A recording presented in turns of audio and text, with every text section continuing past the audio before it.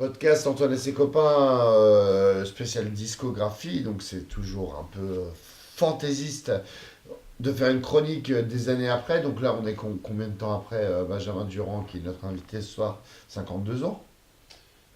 Si c'est vraiment de cet album-là dont on va parler, oui, c'est Ouais, je ça, pense oui. que c'est ça, c'est l'album Revolver. Ah, Ah, voilà, l'album Revolver, dernière pochette noir et blanc, avant le double blanc, tu as bien raison de le préciser, qui est blanc, pas noir et blanc. Enfin bref.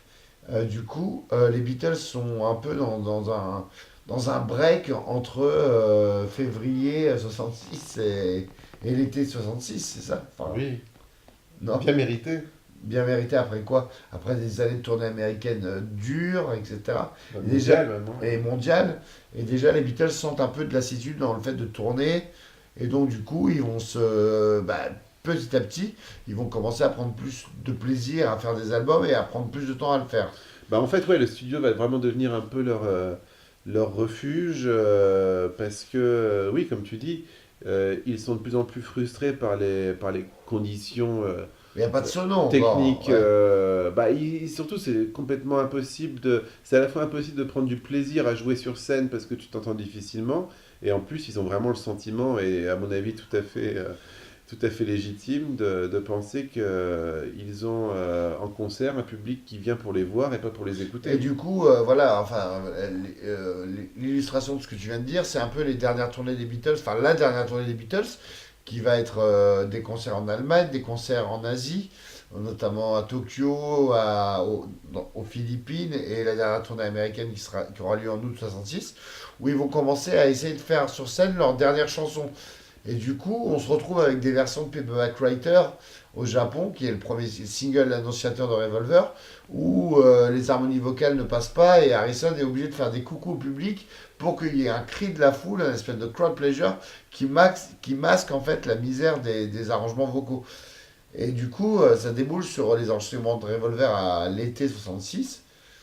Printemps. Au printemps, oui, du coup, mais du coup, ils enregistrent Revolver avant de partir dans ces tournées dont je parle, en Oui, fait, oui, tout à fait, finalement. bien sûr. Et finalement, ça arrivera en fait que, à leur dernier concert à San Francisco, au Candace Club Park, si je prononce bien, Candlestick Park. Candlestick Park, ils ne joueront aucun morceau de Revolver, hormis la face A de leur single annonciateur de Revolver, Paperback Writer. Mm. Benjamin Durand. Oui, Antoine, c'est tout à fait exact les informations que tu apportes. Du coup, on se retrouve sur un album qui débute pour la première fois sur un morceau de George Harrison Oui. qui s'appelle Taxman Mm. et qui est déjà une espèce de râle d'Harrison comme Don't Bother Me, sa première chanson. Mais là, il s'agit un peu des impôts anglais qui les taxent à 90%. Mais en fait, la production de cette chanson va pas se passer comme on l'entend. Et du coup, en fait, Harrison va déjà se faire complètement bouffer par McCartney. Après quelques essais de solo infructueux de Harrison, McCartney dit: Est-ce que je peux essayer de faire une prise? Il fait une prise et il nous sort le solo de Taxman tel qu'il est sur le disque. Perversité absolue, George Martin ira jusqu'à recopier le solo à la fin du morceau pour bien lui dire que finalement c'est ta compo, mais que il y a encore McCartney qui maîtrise Ouais, tout. je sais pas si c'est vraiment l'intention de George Martin. C'est pas l'intention à la base, mais je pense que c'est ce que ça renvoie à Harrison. Il peut l'avoir mal ressenti, effectivement. Ah bah c'est ce qui est clairement défini dans le bouquin de Geoff Emerick, hein. Donc du coup on arrive sur un album qui est injouable sur scène et qui sera jamais joué sur scène finalement. Non, c'est vrai. Par les Beatles en tout cas, parce qu'après on reviendra à la fin du podcast sur quels morceaux ont été joués par les membres des Beatles en solo. Mais en gros, on est sur un album où tu disais que Lennon était un peu entre deux eaux, quoi. Bah, en tout cas, il a perdu l'espèce de rôle de meneur euh, De leader.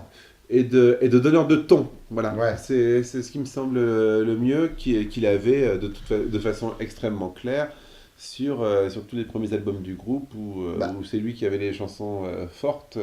d'ailleurs, d'ailleurs, c'est ça illustre vachement ce que tu dis. Tu poses la galette sur la platine.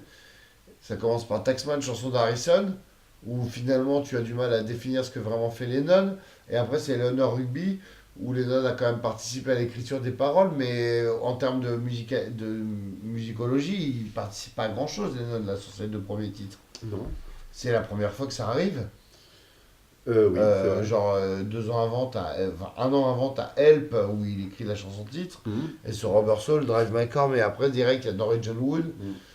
où c'est Lennon qui écrit et là il ne maîtrise plus vraiment les éléments. Non, non, non, mais il est de toute façon un petit peu perdu dans ce. Il est de toute façon en dépression, hein, il a dit Ouais, ouais, lui-même. bah oui. Ensuite, dans les années 70, l'avantage avec Lennon, c'est qu'il s'est tellement confié de manière assez crue sur Bah, ses il a états bien fait de d'esprit. le faire avant de se faire buter, ouais. Ouais. Et donc, oui, il le disait lui-même, et en plus, il était perdu dans sa vie familiale, dans laquelle il était assez peu épanoui Bah, c'est la fin de son mariage. en lointaine banlieue.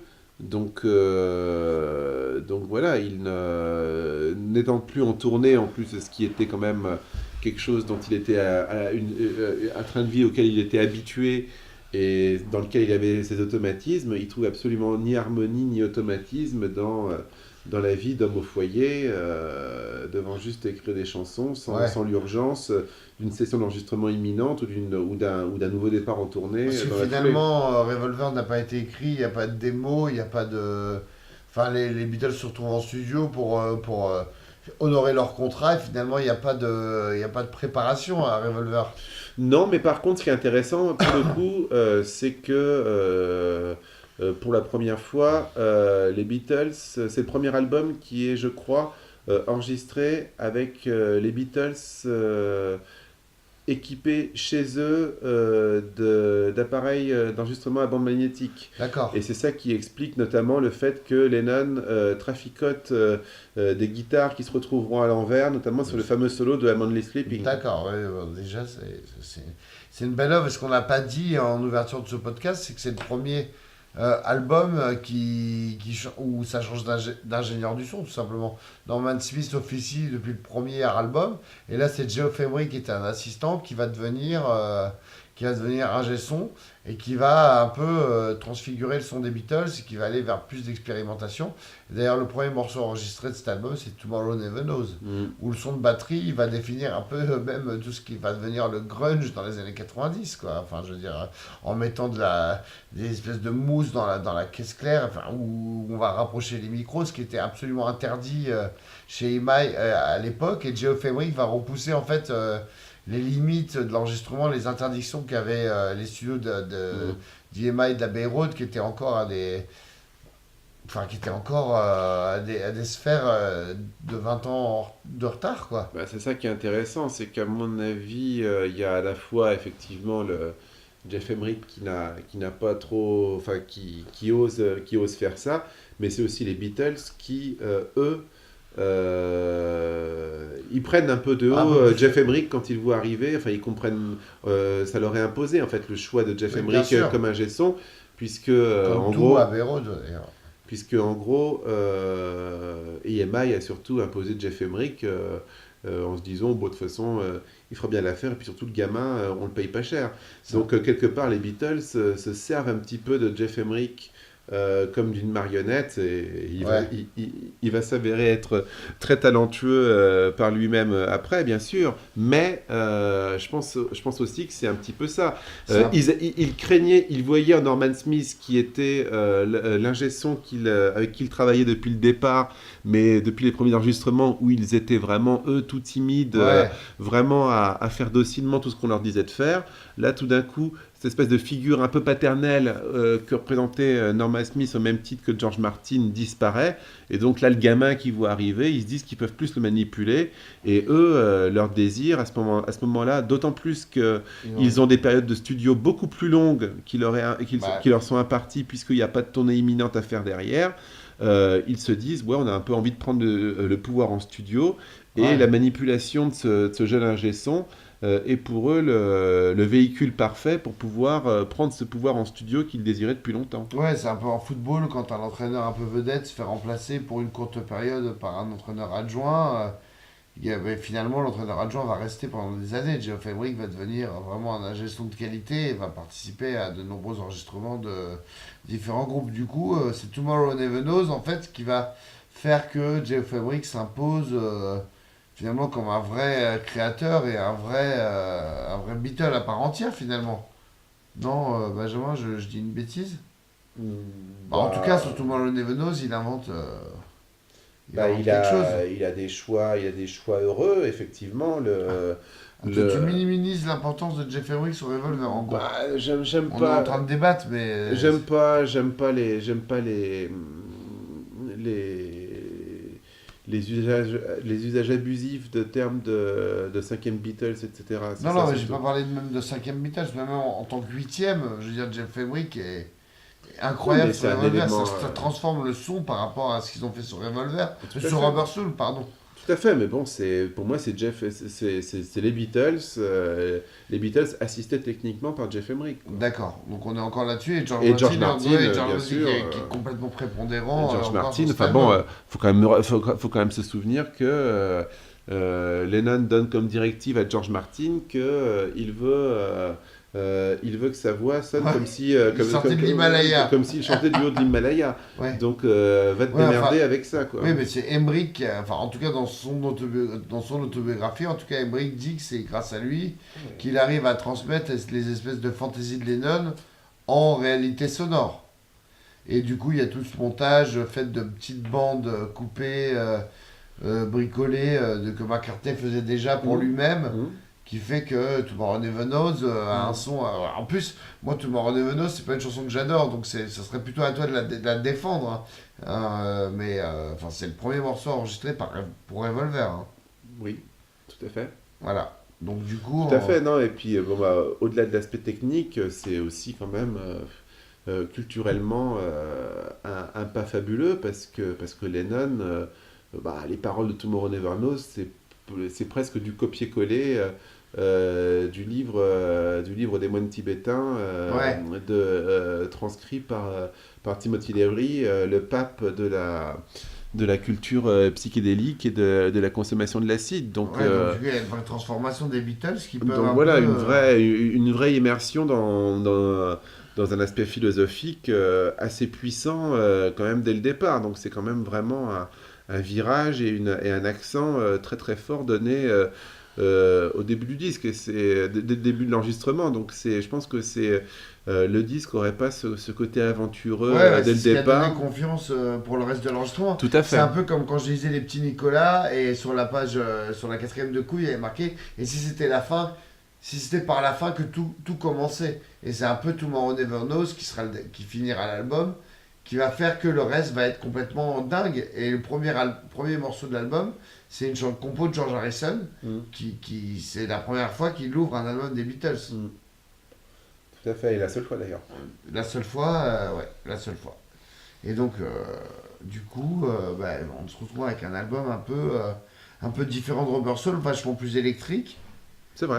vachement moins balade, folk, même si t'es pas forcément d'accord avec moi. Rubber Soul est encore un album où c'est un peu doux, où les Beatles un peu livrent leurs états d'âme comme leur a guidé Dylan. Mm. Et la Revolver, franchement, au niveau de l'interprétation et au niveau de l'ingénierie, c'est quand même fou, quoi. Je veux dire, on se retrouve avec un Money Sleeping, avec un solo à l'envers, pour la première fois quasiment sur un disque. Alors, tu me dis si je me trompe. Il me semble, effectivement, mais oui, il me semble que c'est la première fois que ça arrive, effectivement.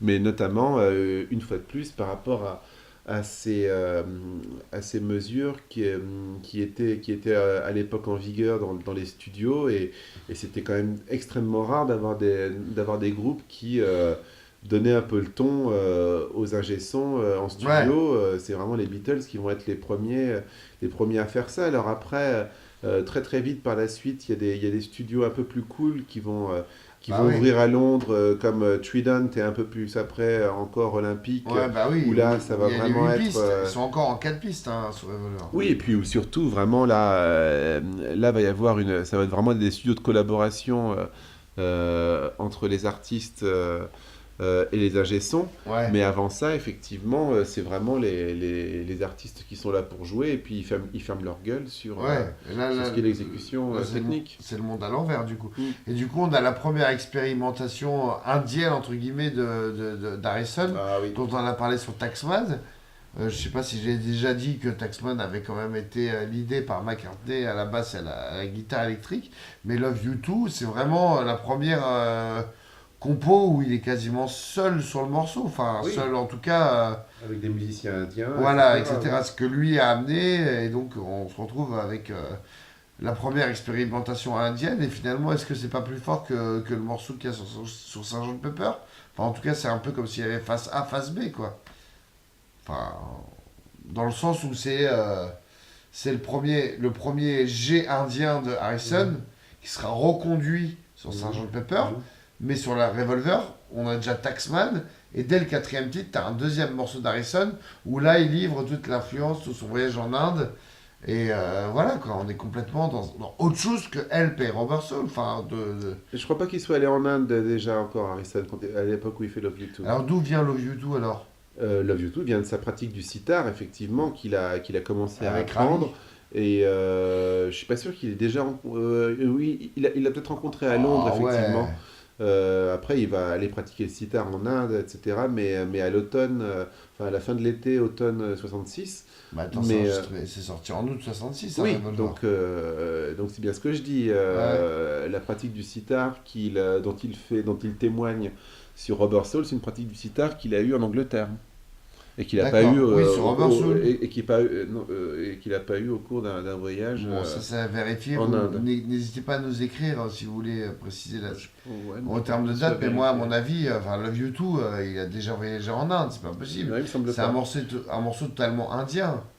Oui, Enfin, enfin, je veux dire, il y a des tablas, il y a des musiciens extérieurs, enfin, à etc. Londres en 66, il y a beaucoup de musiciens indiens qui sont là. Enfin, Il a de quoi, ça va. Non, mais c'est pas le problème. Il a écouté beaucoup de disques. Il a acheté et écouté beaucoup de disques de musique indienne et donc il s'est beaucoup imprégné de ça. Bon, alors, qu'est-ce que tu voudrais ajouter sur Revolver, du coup, en termes de morceaux? Parce que là, on est à peu près sur la face A. Du coup, il y a Yellow Submarine, qui est une espèce de morceau rigolo qui a été écrit parce qu'il fallait que Ringo ait une chanson sur l'album. Et Oui, on se retrouve en studio avec un espèce de. Enfin, Yellow Submarine est enregistré en une session, une nuit, où il y a une pléiade d'invités. Je crois qu'il y a Marianne Faithfull qui est là, Brian Jones, ouais. etc. Et il y a Lennon qui commence à vouloir faire des bulles et chanter dans l'eau. Enfin, Bah, voilà, c'est vraiment ce que tu disais. Il commande un peu aux ingé sons et à toute l'équipe technique de Abbey Road et George Martin des n'est pas caprices. là. George Voilà. Martin n'est pas là. Il prend vraiment le pouvoir en studio en fait. Ouais, bah, notamment quand Martin n'est pas là, quoi. Donc Yellow Submarine, finalement, c'est un morceau un peu genre le maître d'école n'est pas là et on fait Yellow Submarine. Exactement. Et pourtant, ça va être un des morceaux les plus populaires des Beatles qui clôt la face A, quoi, quand même. Mm. Et qu'est-ce qu'on oublie entre Love You Together and Too Everywhere. et puis il y a les perles de McCartney qui continuent à expérimenter. Et puis bah, il y a Eleanor Rigby et Here and There and Everywhere. Il y a For No One aussi qui ouvre pas la phase B, si. Non, non, c'est She Said C'est She Good Said. Day. Non, Good Day Sunshine qui ouvre la phase B. Alors, She Said She Said, la ferme alors.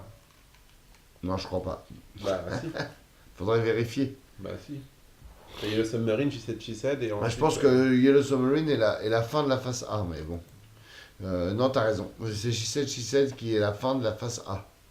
She Said, alors qu'est-ce que tu peux dire là-dessus? Parce que moi j'écoutais beaucoup de démos, donc c'était des démos de Lennon à l'acoustique, mais enfin, c'est un peu l'influence de Dylan, aide-moi. plus l'influence californienne parce qu'en fait She Said est inspiré d'un voyage qu'ils ont fait, enfin quand ils étaient en tournée, ils ont fait une soirée avec notamment Peter Fonda Ah, et David Crosby, et où ils prennent de l'acide, et où Peter Fonda sort cette chanson que Lennon pique au vol, qui est I know what it's like to be dead. ouais. Et donc cette phrase l'obsède, et c'est ça qui donne le point de départ de la chanson. Et apparemment, pour l'anecdote, il y a une petite embrouille en studio avec McCartney qui se barre de la session. Et en fait, McCartney, c'est un des rares morceaux des Beatles Oui, fait- sur lequel McCartney ne joue pas, c'est Ah George ouais. Harrison qui joue de la basse. D'accord, ouais, c'est intéressant ça. Donc du coup, en fait, on se retrouve quand même avec le premier album des Beatles où il y a 3 titres d'Harrison Et c'est un peu inattendu à l'époque pour les gens. Parce qu'on donc on a Taxman, dont on a déjà parlé, le Love You Too, le premier essai indien, et puis on a aussi I Want to Tell You, qui est une espèce de rock un peu qui aurait pu figurer sur Rubber Soul. D'ailleurs, Ringo Starr, quand il parle de Rubber Soul et de Revolver, dit que ça aurait pu être un double, hein. Donc on est quand même dans la continuité de Rubber Soul, hein, finalement, malgré le fait que ça change d'ingé son. Mm. En tout cas, dans leur esprit, c'est deux albums qui, je pense surtout que c'est deux albums qui, pour eux, se font un petit peu sur une délesté d'un certain poids de l'urgence. Ouais, c'est vrai que c'est qu'ils prennent plus le temps. Mais finalement, c'est enregistré assez rapidement, non, quand même, Revolver. C'est enregistré sur 2 mois, en Ah ouais, donc c'est avril-mai bon. en Ouais, avril-mai 66. d'accord. Et du Un coup, album qui aurait très bien pu être enregistré aux États-Unis d'ailleurs. ah oui, c'est quoi cette histoire? Tu m'avais parlé de ça en repas.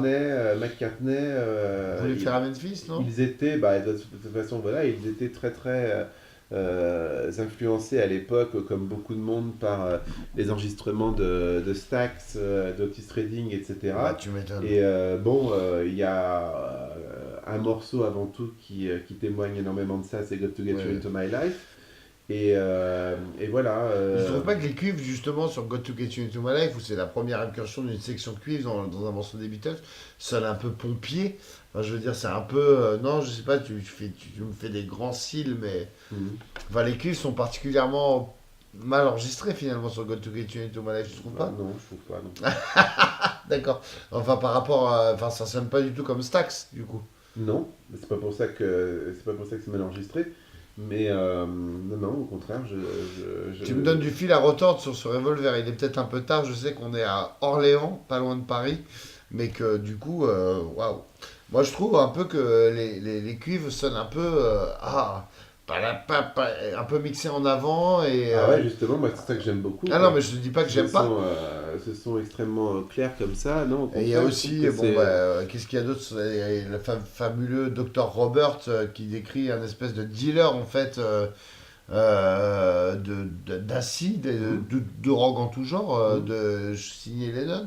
Oui, oui, et qui à mon avis est assez intéressant sur le plan de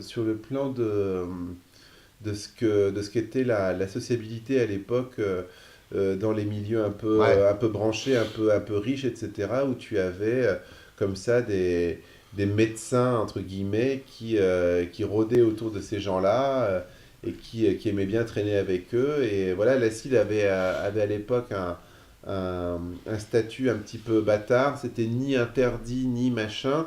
Le grand public n'avait pas encore ouais, l'acide eu n'est pas vent encore. Ouais. Des dégâts. des dégâts ni de vraiment la consommation de ça. C'est vraiment en 67 que l'acide va être un petit peu sur toutes les lèvres. Mais à l'époque, c'est vraiment un truc de sociabilité réservé à une espèce de jet set Ouais, qui découvre ça. Enfin, on sait très bien notamment que l'acteur Cary Grant ouais. a été guéri, enfin, en tout cas a traité ses problèmes d'anxiété, de dépression via l'acide. Ouais, Et waouh. et à partir de là, non mais oui, Une drôle c'est... d'époque quand même, quand tu y repenses, Non hein. mais c'est vrai, et l'acide était donc à l'époque relativement branché Ouais, pour ces questions-là et pas totalement considéré comme une espèce de drogue à la cool, etc. C'était vraiment considéré comme un moyen de soigner ses troubles psychologiques, etc. d'accord. Est-ce que c'est pas le premier album des Beatles où il n'y a pas de reprise? Non, parce qu'il n'y en avait pas sur Rubber Soul. Et il n'y en avait pas sur Hard Day's Night non plus d'ailleurs. Eh ben écoute, c'est pas mal pour finir ce podcast discographie, Robert. On va quand même. Qu'est-ce qui a été joué finalement? Est-ce que l'album a été vachement représenté sur scène, que ce soit par les membres en solo des Beatles? Je sais que Taxman a été repris par George Harrison, forcément. George Harrison a repris Taxman et I Want to Tell You. Ouais, Et McCartney a repris toutes les chansons qui sont issues qu'il a composées pour cet album-là. ouais. Après, pour les autres chansons, Bah, évidemment, Yellow Submarine a été joué par Ringo encore à oui, l'Olympia il y a 3 mois, évidemment. oui. évidemment. Même si c'est une chanson. C'est signé Star, hein. Non, chant principal. Non, c'est une chanson de Paul McCartney, Yellow Submarine. Et je pense que même McCartney a fait des versions live de Yellow Submarine, en tout cas des snippets. A cappella, ouais. Ouais. Notamment au Stade de France en 2004. Ouais, et puis même au Stade de France en 2015. Et la chanson qui est restée aujourd'hui quand même la plus emblématique quand même de Revolver sur le plan de la culture musicale, ça reste quand même Tomorrow Never Knows, notamment à l'époque dans les années 90 a été énormément une source d'inspiration. Je pense notamment à ce morceau, je crois qu'il s'appelle Setting Sun des Chemical Brothers sur lesquels Noel Gallagher chante et qui est vraiment un hommage à Tomorrow Never Knows, mais en termes de reprise pure et dure, on peut quand même signaler la reprise pas si mal que ça, même si ça, évidemment ça peut hérisser les poils de dire ça, mais effectué par Phil Collins sur son premier album solo. Qui reprend Tomorrow Never Knows. Clôturé son premier album solo. Ça a réécouté alors. Une version très intéressante. Qu'on mettra du coup dans la playlist spéciale Revolver. Tout à fait. Et attends, j'avais un autre truc à dire, non peut-être pas, je sais plus. New Bird Can Sing, il y a quand même une version de l'anthologie où les Beatles tapent un fou rire absolument mémorable, qui témoigne encore de l'amitié qu'il y avait entre eux, parce que là on est vraiment avant le Sgt Pepper, la mort d'Epstein, le départ en Inde, et puis voilà, il y a tellement de choses à dire que c'est difficile en fait de faire. Et New Bird Can Sing, en termes de reprise aussi, qui sera reprise par les Jam dans le cadre des sessions de Sound Effects, album qui doit beaucoup aussi au son de Revolver. Et évidemment, on signale toujours que le single extrait de cet album, Start, est un hommage, pour ne pas dire un plagiat, mais en tout cas un hommage évident à Taxman. Est-ce que je suis un peu difficile en disant que les démos d'I'm Only Sleeping qui figurent sur l'anthologie 2 sont quand même quasiment au-dessus de l'original? Je suis un peu... franchement, hormis le solo à l'envers, I'm Only Sleeping, c'est une chanson absolument géniale qui aurait pu voir le jour quasiment en acoustique voix, non? Bon, en tout cas, à la manière de Dylan encore, tu vois. En tout cas, ça laisse rêveur si les Beatles avaient toujours été ensemble ou s'ils avaient pu être reformés pour faire un MTV Unplugged des années 90. Ouais, c'est une bonne façon de conclure ça. Je vous embrasse très fort, à bientôt. Ciao.